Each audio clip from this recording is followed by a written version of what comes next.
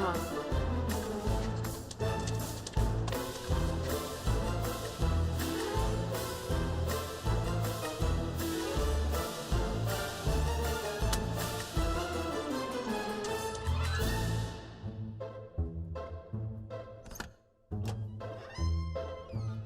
Ready? Hey!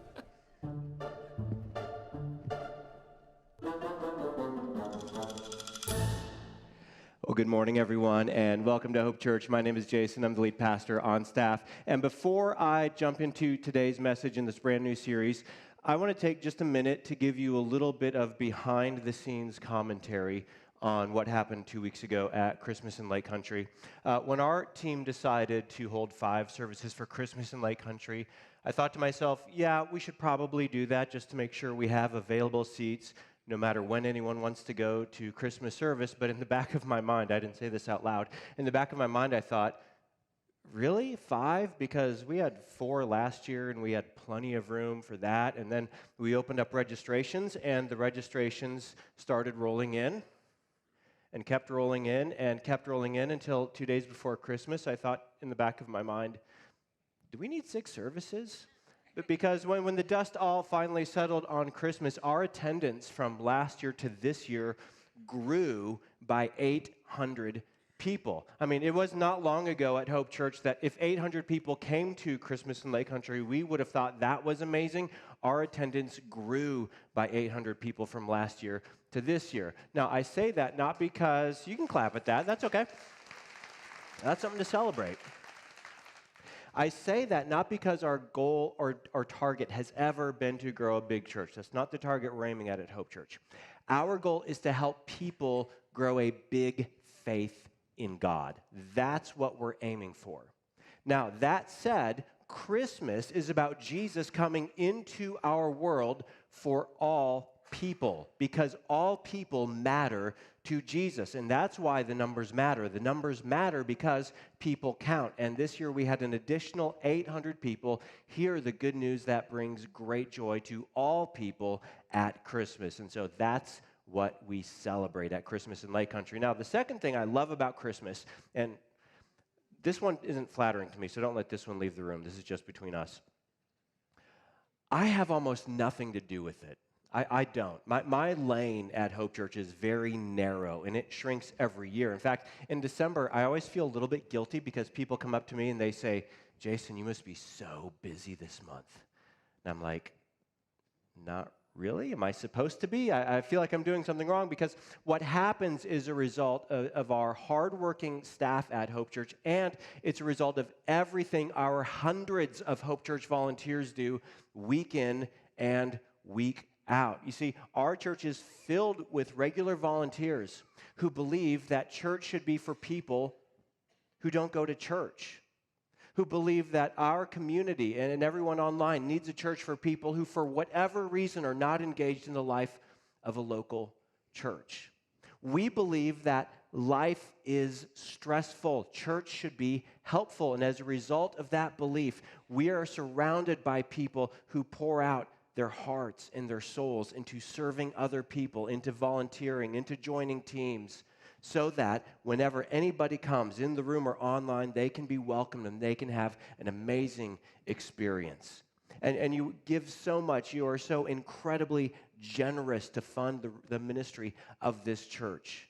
And I know how difficult that is. I mean, I know how hard it is to have young children and be involved in a local church. Kathy and I raised our boys in this church when we were a portable church. We know exactly how hard it is. We know how hard it is to have bills to pay, yet still practice generosity. But that is something that you have refused to become weary of doing. And the scripture says that do not become weary of doing good, because at the proper time, you will receive a harvest if you do not give up. And when we see Christmas happen, we're just seeing God making good on his promise that he will bring a harvest at the proper time if we do not give up. So once again, that's just my way of saying I'm so incredibly honored and proud of you, and so privileged that I get to be the pastor of an amazing church filled with people that I love. So thank you for everything you do to make Hope Church a great church. And then I celebrated by spending a few days with family and catching a cold. So here we are in our new year. Now, if you missed Christmas in Lake Country and you're bummed about that, I have good news. Number one, it will live on the internet forever, so you can go to our YouTube page anytime and watch it there. And number two, you picked a great Sunday to be here if you missed Christmas, because today we are starting a brand new 6-part series called Better: How to Make This Year Better Than Last Year. Now, if we're going to get better, that means we need a starting point, and for many of us, the starting point is normal. So the question to wrestle with as we get started is this: do you want to be normal? When you look at your life, when you look at your situation, do you want to be normal? The answer depends on the context and the situation, doesn't it? If you're at the doctor's office, that's the goal. You want the doctor to walk in, look at your chart, and say, everything looks normal. That's success. That's the goal. If you're in middle school or high school and your parents are dropping you off somewhere, you say, Mom, don't be weird. Act normal. Okay? So for many situations, getting to normal is winning. But in many situations, I would say most situations, normal is not the target. Maybe you're out with your friends or out on a date and you don't want to look normal, you want to look exceptional. Or maybe you're working on a project at school and you don't want a normal grade, you want an exceptional grade. Or you're working on a project at work and you're working up the career ladder. You don't want to end up in a normal job, you want an exceptional job. Well, there's something inside of us as human beings made in the image of God that doesn't want to settle for normal. Because when you look around at our world and see what's normal, what we see is not exactly the gold standard of living a life that is flourishing. Here's a quick tour around normal in America. It's normal in our country to spend 31 hours on digital entertainment every week. But a normal parent spends 6 hours with their children. It's normal to be $103,000 in consumer debt and to use 10% of your income to finance debt. That's normal. Normal is being overweight. 2/3 of Americans are over their ideal body weight. Normal is feeling stressed out and anxious. Normal is being frustrated raising your children or frustrated going into work. Normal feels busy, and it's getting busier and busier in our lives.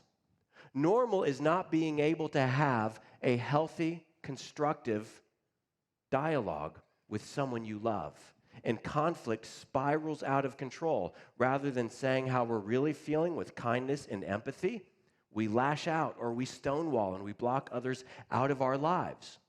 Normal is leading us to places in life where we are not flourishing in our relationships, in our work, in our finances, and in our inner lives and in our faith with God, with our spiritual lives. So if we look around our country and say normal isn't great, and there's something inside all of us that wants to be exceptional, then why do we live normal lives? The answer is because normal is easy.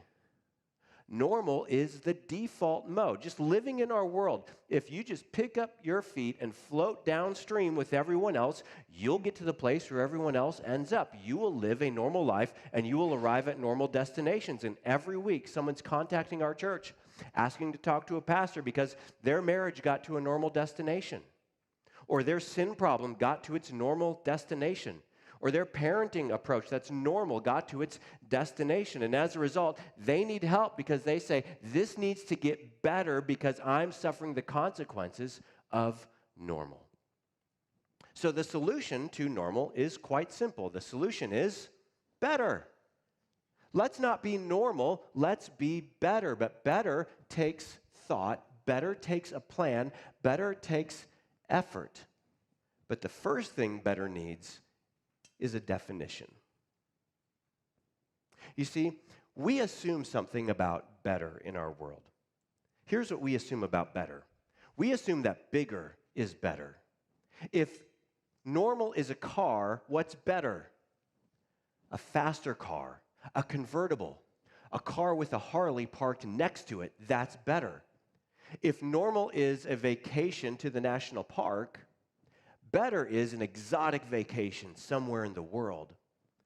If normal is your normal outfit, better is a new wardrobe.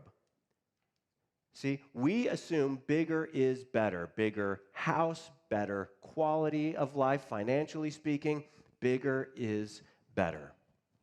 But the truth is, if that's your definition of better, you're going to be more normal. This is what everybody assumes. Everybody assumes that bigger is better. It's normal to want a bigger car, bigger house, better clothes, better vacation. It's normal to want better health and lower weight and be in better shape. We assume that bigger is better, but that's just being extra normal. That's like putting normal into supersize mode and thinking it's somehow going to be better. That's just more of what's normal. The truth is, bigger is not better. Now, one of my favorite examples of this comes from the business world. In the 1990s, Chick-fil-A was still more of a regional fast food restaurant in the South, and they had a brand new aggressive competitor called Boston Chicken. How many of you have heard of Boston Chicken before? Okay, not many of us. Well, Boston Chicken was their first head-to-head competitor selling nice chicken sandwiches, and they had an aggressive expansion plan. They wanted to get to $1 billion in sales by the year 2000.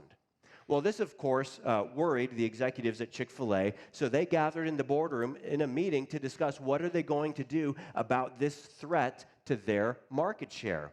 So as the debate roiled on, many people assumed that if we're going to win this battle against our competitor, we have to expand, we have to get bigger, we have to increase our market share. Otherwise, they're going to lap us and dwarf us, and we're going to go out of business. Now, Truett Cathy, the founder and CEO of Chick-fil-A, was sitting at the head of the conference table listening to these arguments go on and on and on. And as it crescendoed to these demands that we have to get bigger, uncharacteristically, Mr. Cathy started banging his fist on the table, and everyone quickly quieted down, and all eyes turned their attention to the CEO of the company.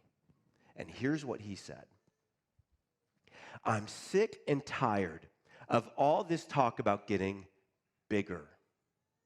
If we get better, our customers will demand we get bigger." And with this statement, Chick-fil-A focused all of its energy on getting better. They improved the quality of their food.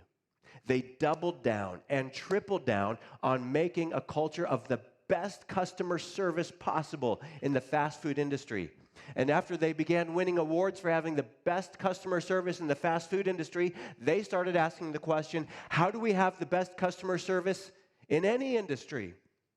And they built a vigorous screening and training system for all of their store operators.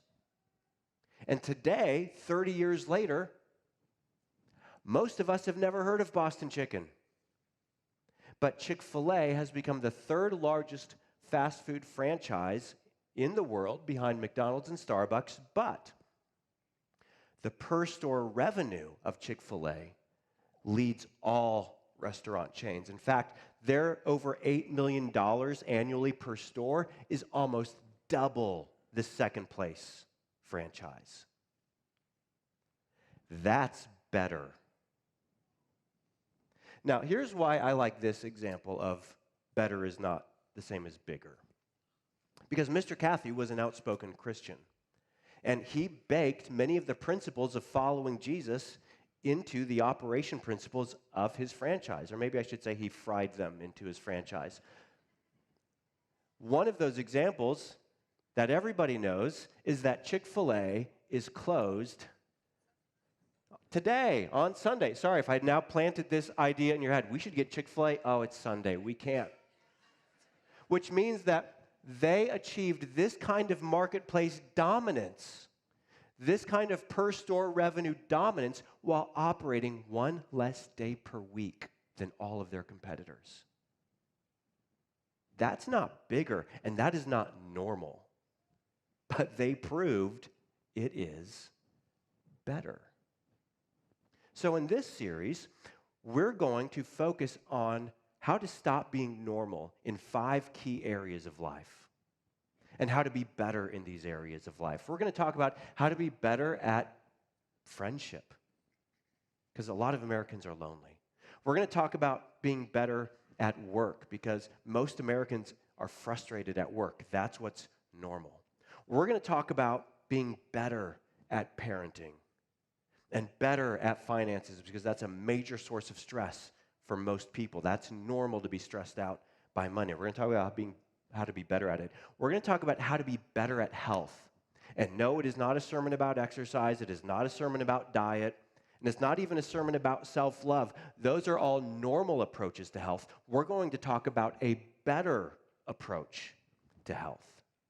And in all of these things, we're going to do that by looking to the way of Jesus, the life of Jesus. Because Jesus did not live a life that was normal.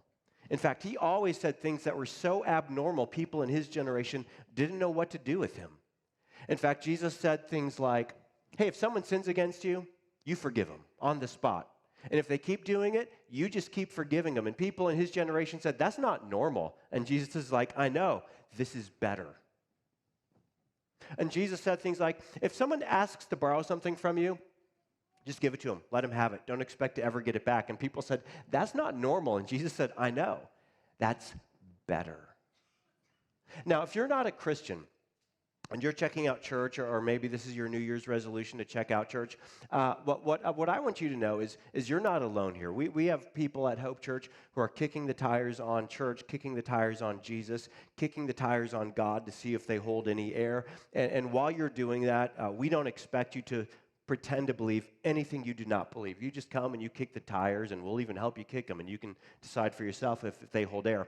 Why I'm so glad you're here, and I hope you'll consider being here for the entire series, is because this is your chance to look critically at the way of Jesus, at the path of Jesus, and you can decide for yourself if it actually leads to a quality of life, to an outcome in life that is better than the life you are living. And for those of us who are Christians, something that some of us are going to realize in this series is that we've been adopting an approach to different areas of our life that, quite frankly, is normal. And as a result, we're not flourishing in the life God intended for us to have. But that's okay. We're going to look at how to get better at life, because we genuinely believe that following Jesus will make anybody better at life.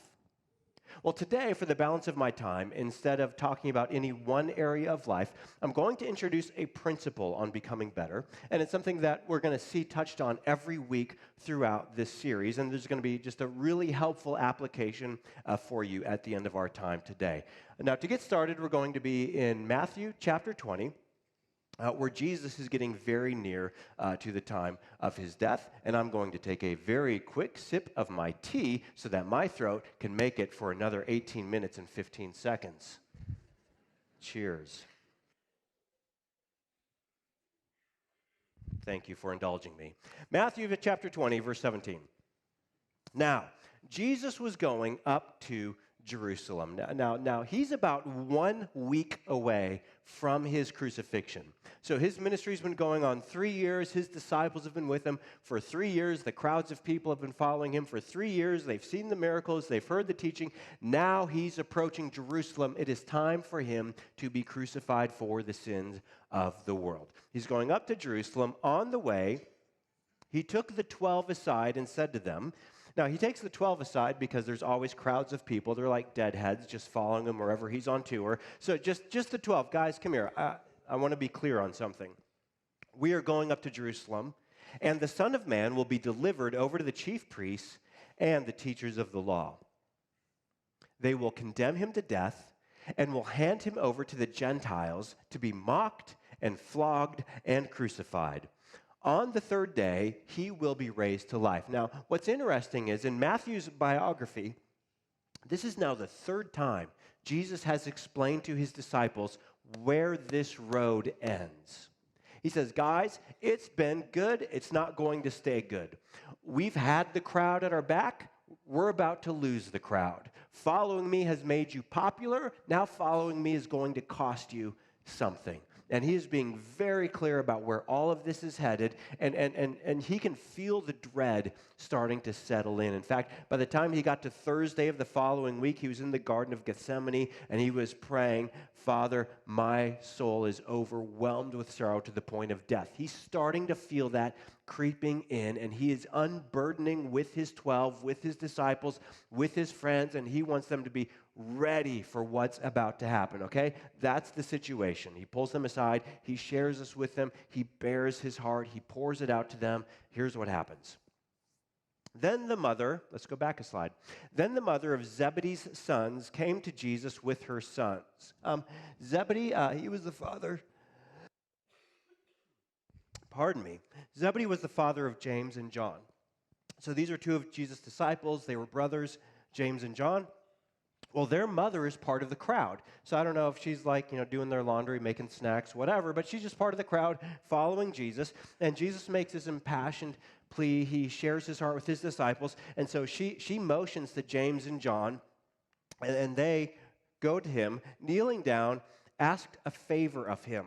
What is it you want, he asks. So hey, Jesus, yeah, oh man, that flogging thing sounds awful. Tough one. Oh, being crucified, not fun. But hey, can you do us a solid? We have a favor to ask you, okay? So he says, okay, what do you want? She tells him. She said, grant that one of these two sons of mine may sit at your right and the other at your left in your kingdom. Okay, Jesus, listen, we're a little confused by this whole getting arrested thing. That doesn't make sense because we've seen your miracles. We've seen you get out of jams before.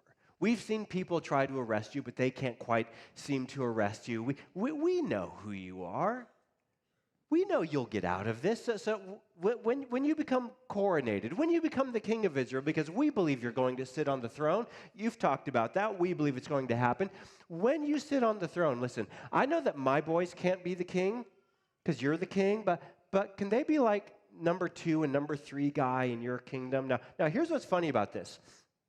Not only is she asking this right as Jesus has poured out his heart like this, but number 2, if you thought kids today had helicopter parents managing the lives of their children, they had nothing on this first century Jewish woman saying, Jesus, I want my boys to get the promotion, okay? So the whole thing is just incredibly awkward and weird, but they all seem to be in on it, and this is their plan.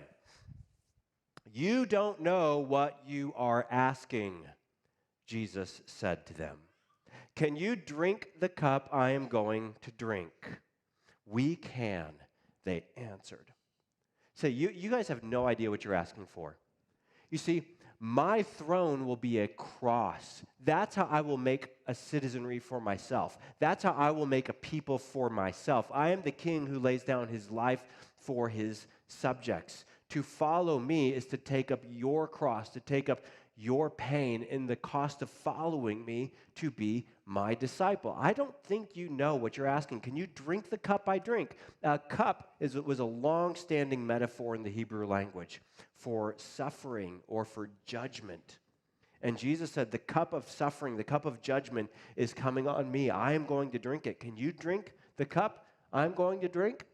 And with the best of intentions and with all sincerity, the boys say, yes, sir, we can do that.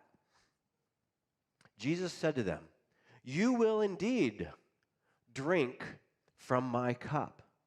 Now here's what's interesting. This came true for James and John. After the crucifixion and resurrection of Jesus, James was the first of the 12 who was executed for following Jesus. He was killed by King Herod. John was the only one of the 12 who was not executed. Instead, he lived out his elderly years on an island in the Mediterranean called Patmos. It was the Alcatraz of their generation. Alone, imprisoned, lonely. They will indeed drink from the cup of suffering. But to sit at my right or my left is not for me to grant.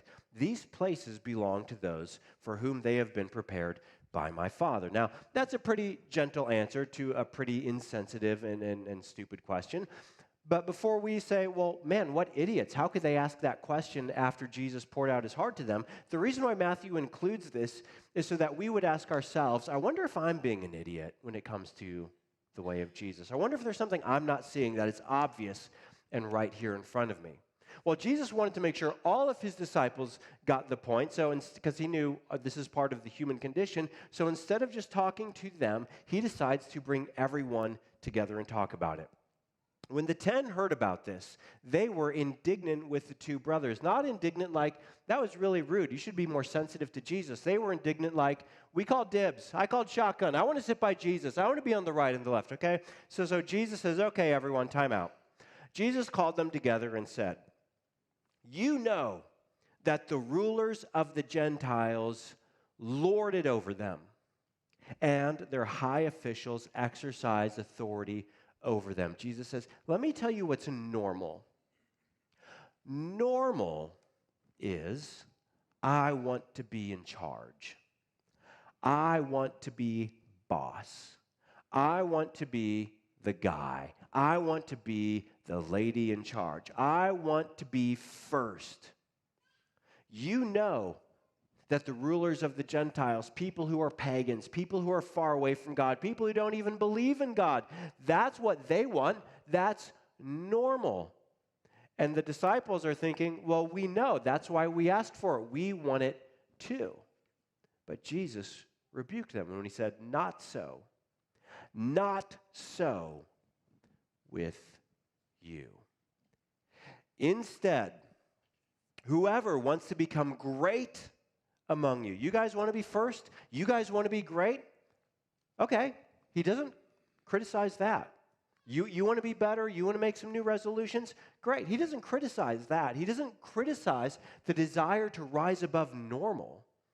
He says, if you want to be great, whoever wants to be great among you must be your servant.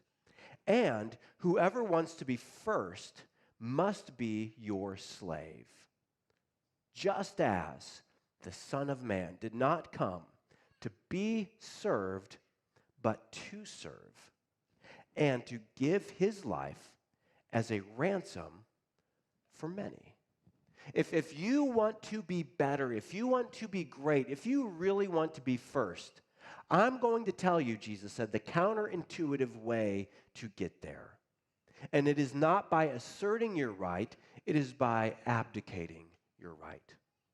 It is not by lording, it is by serving. Now, I shouldn't have to have a sermon on this because this should be incredibly obvious to every single one of us based on the life that you've lived. I want you to think about someone in your life, maybe in the past, maybe in the present, someone in your life that you believe is a great person.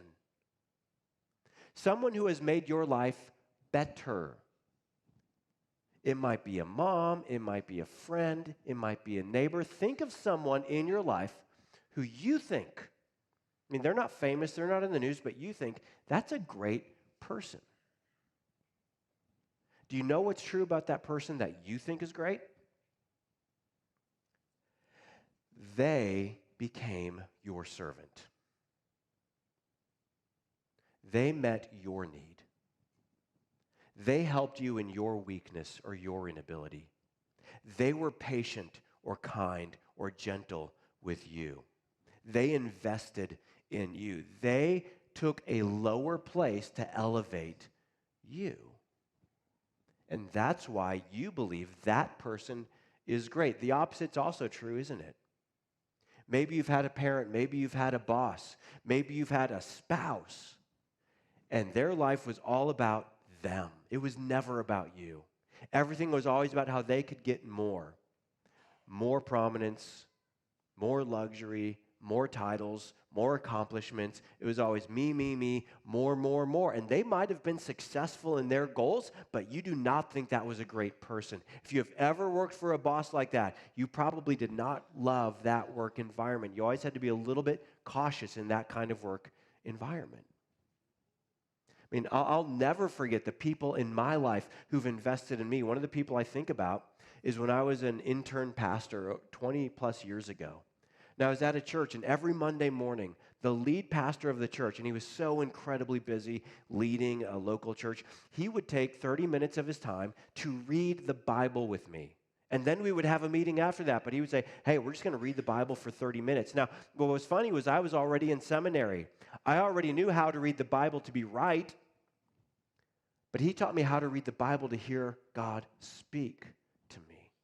And then every time I had to preach a sermon, he would have me submit it ahead of time, and he would review it, and he would upgrade it and make it even better so I could learn, so I could hit my potential. He gave his time and his experience, and he leveraged them to serve me so I could become better. And when I look at him, I will always think of him as someone who is great in my life. That's the principle that Jesus is talking about. If you want to be better in your life, the path to get there is not by being normal. It's by being last. The big idea that we're going to come back to a few times in the series is this: less is more. Less is more. Less of me, more of you. Less for me, more for you. People who adopt this approach to life are people who get better at life. And they leave the world a better place, and they make individuals' worlds a better place. And in case we needed any reminder of the fact that this principle works, I want to remind you of what Jesus said in the last verse. He said, just as the Son of Man did not come to be served, but to serve, and to give his life as a ransom for many. I don't care what metric you want to use to decide if the way of Jesus' life led to a better life for him. Again, if you're not a Christian, look at it this way. After 3 years of work, Jesus built a movement that has led to over 300,000 American franchises today and about 2 million global franchises. He did that without an internet, without frequent flyer miles, and without ever leaving the nation. That's a pretty impressive resume, okay? Bigger isn't better, better is better. But for those of us who are Christians, we believe we will find our joy and delight for all of eternity in the presence of Jesus, thanking him, worshiping him, giving thanks to him because he, the Son of God, who truly had all rights to be in charge, came to serve and to give his life as a ransom for you. And he says, if you want to be great, this is the approach. Now, today, as we wrap up, I wanted to give you one thing to make your life better, because I don't want to say, so come back next week. I want to give you one thing to make your life better. And this is going to be very personal for where you are at in your life today. So as you're thinking of all the ways where your life could be better, I want to challenge you. This is going to be a challenging prayer to pray this week. I want you to challenge you to pray a prayer all week long. It's a very simple prayer, and here's the prayer.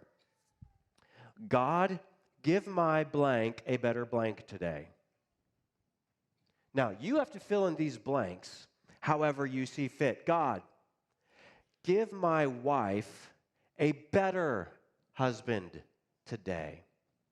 God, give my husband a better wife today. God, give my neighbors a better neighbor today. Give my children a better parent today. Give my colleagues a better coworker today. Give my people on the on-ramp a better fellow driver today. See, there's no limit to how you can fill in those blanks, but as you look at your life, what needs to go in these blanks? And you pray, God, give them a better me today. And as you pray that, I guarantee God will start illuminating for you the path to becoming better. Now, we're going to pick it up there next week as we talk about how to be better at being friends. Let's pray. Jesus, we worship you today because you are worthy to receive our praise, because you made yourself nothing. You came, the creator of the heavens and the earth, you came to make yourself a servant, to bear our sin. And that's why you are the greatest. So I ask that as we go through this series, you will open our hearts, you will open our vision to see our lives as you see them. And that we would not be content to settle for normal lives in this broken world, but we would aspire to live lives that are better for our world, better for our faith, better for our inner flourishing, better for our families, better for our community, better for our church, better for our generation, and better for your glory. We need your wisdom in this, Lord. So we ask for it in the name of Jesus. Amen.